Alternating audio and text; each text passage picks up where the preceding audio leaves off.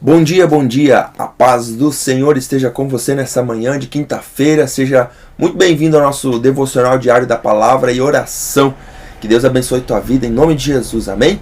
Nós vamos dar continuidade à nossa leitura lá no livro de Atos, e a gente estava falando ontem a respeito daqueles homens que tentaram expulsar demônio de uma pessoa, mas não estavam preparados e acabaram passando uma vergonha, terrível. E depois Paulo, ali no versículo 21 do capítulo 19, ele decidiu no Espírito ir a Jerusalém, passando pela Macedônia e Acaia, e dizia, depois de haver estado ali, é necessário também que eu vá visitar Roma. Então, ele tinha já uma ideia de viagem, ele já estava com uma pré-programação, digamos assim, né? E então na verdade ele envia para Macedônia 2 dos seus auxiliares, Timóteo e Erasto, e ficou então em Éfeso por mais um período de tempo. Então aqui no versículo 23 vai acontecer um tumulto muito grande naquela cidade ali por conta da deusa Ártemis. Então o povo ali de Éfeso era muito idólatra, eles criam em deuses assim de uma forma forte, né? E aí no versículo 23 diz assim, naquele tempo houve um grande tumulto por causa do caminho. Caminho, lembrando que refere-se ao evangelho, né? O caminho do evangelho, o caminho da palavra de Deus, o caminho de Jesus, né? Um ourives chamado Demétrio, que fazia miniaturas de prata do templo de Ártemis e que dava muito lucro aos seus artífices, reuniu-os com os trabalhadores dessa profissão e disse, aqui estamos com um homem que ganhava muito dinheiro com estátuas, divindades, com a idolatria, na verdade, né? Então eles ganhavam muito dinheiro com isso. E ele diz assim, senhores, vocês sabem que temos uma boa fonte de lucro nessa atividade. E estão vendo e ouvindo como esse indivíduo, Paulo, está convencendo e desviando um grande número de pessoas aqui em Éfeso e em quase toda a província da Ásia. Ou seja, aquilo que Paulo estava pregando ia totalmente contrário àquilo que eles estavam praticando, que era a idolatria. Paulo ele era muito direto nessa questão da idolatria, né? Ele falava muito a respeito das estátuas, né? Dos deuses em forma ali humana, de certa forma, né? Eram deuses em forma humana, estátuas, e Paulo ele combatia muito isso. E Paulo estava tendo muito resultado, muito fruto, porque muitas pessoas estavam percebendo que a idolatria não era algo bom, não vinha de Deus, do Deus verdadeiro, né? E Paulo então estava convencendo muitas pessoas, e isso não agradou esses homens porque eles ganhavam dinheiro com essas estátuas. E ele diz assim, diz ele que deuses feitos por mãos humanas não são deuses. Não somente há o perigo da nossa profissão perder sua reputação, mas também de o templo da grande deusa Ártemis cair em descrédito e de a própria deusa adorada em toda a província da Ásia e em todo o mundo ser destituída de sua majestade divina. Veja bem o que Paulo estava pregando e o efeito que se estava causando na vida das pessoas. Aquilo que Paulo pregava causava uma transformação tão grande, e não era em poucas pessoas, era em muitas pessoas, tanto que eles estão falando aqui que era possível que aquela deusa Ártemis, que era adorada, né, ela perdesse a sua divindade por causa que Paulo estava falando contra a adoração a ídolos. Então olha só que interessante isso. Ao ouvirem isso, eles ficaram furiosos e começaram a gritar, grande é a Ártemis dos Efésios. Em pouco tempo a cidade toda estava em tumulto. Porque vocês lembram que quando Paulo chegou não se falava em outra coisa na cidade inteira a não ser sobre aquilo que ele estava falando? Por quê? Porque toda a cidade era de pessoas que ficavam ali conversando, pensando a respeito da vida, filósofos, né? E quando isso aconteceu, de certa forma criou um alvoroço em toda a cidade. Em pouco tempo a cidade toda estava em tumulto e o povo foi às pressas para o teatro, arrastando os companheiros de viagem de Paulo, os macedônios Gaio e Aristarco. Vocês lembram então que aqui ele enviou para Macedônia Timóteo e Erasto. Só que ele tinha muitos outros que estavam com ele, além dos discípulos já de Éfeso, os cristãos que estavam ali em Éfeso, os judeus também que tinham se convertido.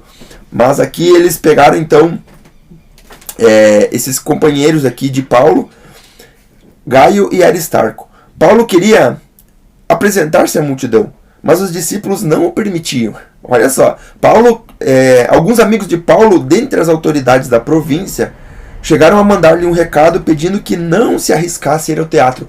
Paulo queria ir lá, explicar o que estava acontecendo, ou se defender de certa forma, mas eles deram um conselho para ele: não vá, é muito perigoso. A assembleia estava em confusão. Um gritava uma coisa, outro gritava outra, e a maior parte do povo nem sabia por que estava ali. Olha só, olha só que chama a atenção, a maior parte do povo nem sabia por que estava ali. Ou seja, muitas pessoas são chamadas Maria vai com as outras. Ah, tem tumulto, vamos chegar junto. Né? É a mesma coisa quando acontece, por exemplo, um acidente numa rua. Você nem sabe o que aconteceu, você tem que ir lá. Você vê aquilo, você precisa ir lá olhar.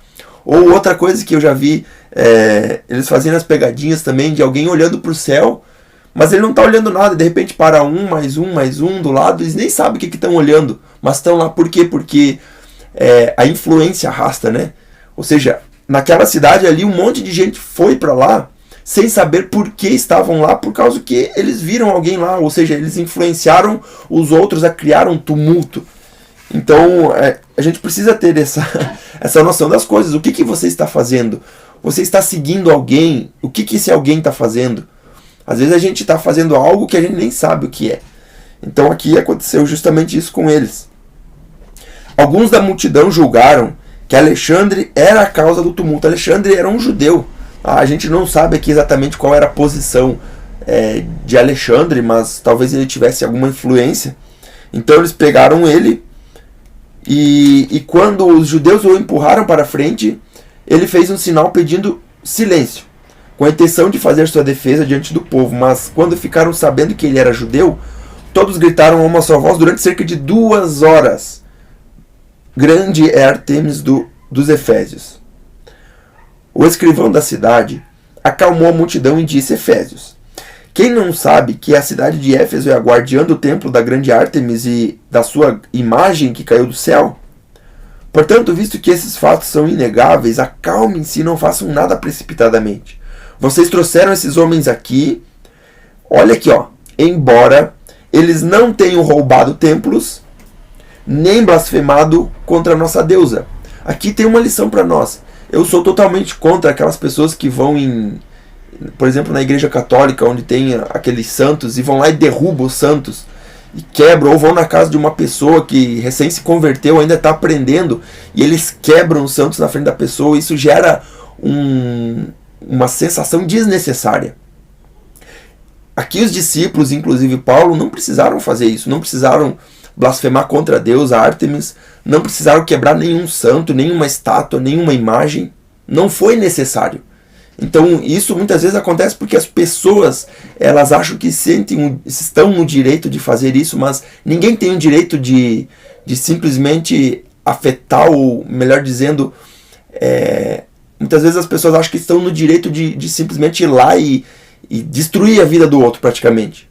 Ah, você não pode adorar isso. Aqui entra a questão do respeito. E os discípulos e Paulo respeitavam a religião dos outros. E eu e você também precisamos entender isso. A gente precisa respeitar as pessoas. Não se ganha uma pessoa para o evangelho à base de tapa. Não precisa disso. Mas é o Espírito Santo que convence os corações. É isso que nós precisamos entender. Se Demétrio e seus companheiros de profissão têm alguma queixa contra alguém, os tribunais estão abertos e há procônsules. Eles lhe apresentem suas queixas ali. Se há mais alguma coisa que vocês desejam apresentar, isso será decidido em assembleia conforme a lei. Da maneira como está, corremos o risco de sermos acusados de perturbar a ordem pública por causa dos acontecimentos de hoje. Nesse caso, não seríamos capazes de justificar esse tumulto, visto que não há razão para tal. Ou seja, eles estavam fazendo um tumulto tão grande sem motivo. E tendo dito isso, encerrou a assembleia. Então aqui nós temos muitas lições para nós hoje aqui. A gente precisa saber exatamente aquilo que a gente está fazendo. A gente precisa ter noção das decisões que a gente está tomando em todos os momentos. Porque aquilo que a gente faz afeta a vida das pessoas, tanto positiva quanto negativamente. Aquilo que a gente fala aquilo que a gente coloca para fora através da nossa boca alcança a vida das pessoas de forma positiva ou negativa. Depende muito de como a gente está agindo. Então, nós precisamos, sabe do quê? Sabedoria. Aqueles foram sábios. Eles deixaram o Espírito Santo convencer as pessoas e não a própria ação deles em querer destruir ou zombar dos deuses dos outros, né? Ou zombar da religião dos outros. Então, fica aqui muito claro para nós essa reflexão nessa manhã. Amém? Graças a Deus. Vamos orar nessa manhã, vamos agradecer ao Senhor pela sua graça, misericórdia e bondade. Senhor, queremos te agradecer, Pai, pela tua bondade. Obrigado, Senhor, porque tu não nos abandona em momento algum, Senhor. Obrigado porque nós, mesmo sendo falhos, pecadores, às vezes a gente acha no direito de ofender as pessoas, de querer agir por nossa própria conta, achando que nós podemos resolver as situações. Tem misericórdia de nós, Pai. Tem misericórdia, Senhor, da nossa vida, Pai, do nosso coração, da nossa mente. Não deixe a gente ser guiado pelos sentimentos, mas a gente possa ser guiado pela Tua palavra, Pai. Nos ajuda, Senhor, nos auxilia, Senhor, pelo poder do Teu Espírito Santo. E que as palavras que saírem da nossa boca possam ser palavras de bênção, não de maldição, Senhor. E alcance a vida das pessoas, trazendo, Deus, orientação, Pai, em nome de Jesus, e não causando ódio na vida das pessoas, não causando rancor. Senhor, nós pedimos isso nessa manhã, Pai. Abençoa cada um que está aqui comigo. Deus guarda, livra de todo mal. No nome de Jesus, ó Pai, que possamos ser cheios a cada dia da Tua presença maravilhosa. Essa é a minha oração, Pai. E eu te agradeço em nome de Jesus. Amém e amém. Graças a Deus, que Deus abençoe a tua vida. Que bom que você está aqui comigo, né? Aguentou ainda a minha voz aqui, eu estou um pouco rouco, mas estamos aqui para fazer a obra, estar aí falando da palavra. Esse é o nosso motivo aqui de todos os dias estarmos juntos, ouvir a palavra, sermos edificados. Então, que você possa estar aqui todos os dias comigo, sendo edificado pela palavra, tá bom? Deus que abençoe sua vida. Não se esquece de se inscrever no canal, ativar o sininho das notificações e deixar teu comentário aqui embaixo, tá? Que Deus abençoe sua vida e até amanhã, 6 horas, estamos aqui novamente. Um abraço, Deus abençoe.